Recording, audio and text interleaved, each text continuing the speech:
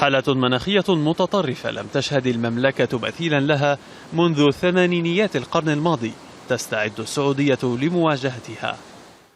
مختصون في المناخ والطقس توقعوا هطول الأمطار الغزيرة على عدد من المناطق السعودية خلال الأيام القليلة المقبلة، لتشكل حالة مطرية أطلقوا عليها اسم البيضاء. الخبراء أكدوا في تصريحات صحفية أن العوامل الجوية لاكتمال الحالة متوافرة في المنطقة.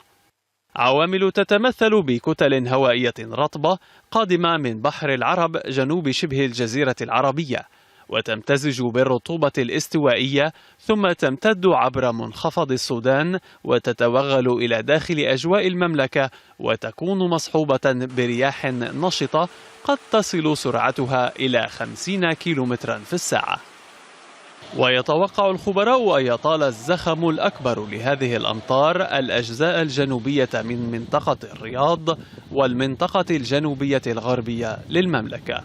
بعد المناطق الأكثر تأثرا كما ذكرت في حديثي سابقا هي مناطق جنوب غرب الرياض التي قد تتسم بأمطار غزيرة تتراوح معدلاتها ما بين 40 إلى 60 ملم، وأيضا المرتفعات الجبلية خاصة مرتفعات عسير وأيضا منطقة نجران، وكذلك مرتفعات الطائف والباحة التي قد تستمر فيها فترة الأمطار خلال الأيام القادمة حتى يوم الخميس.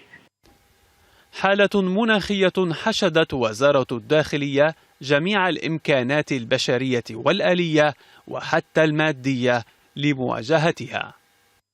حسام جبالي، العربية.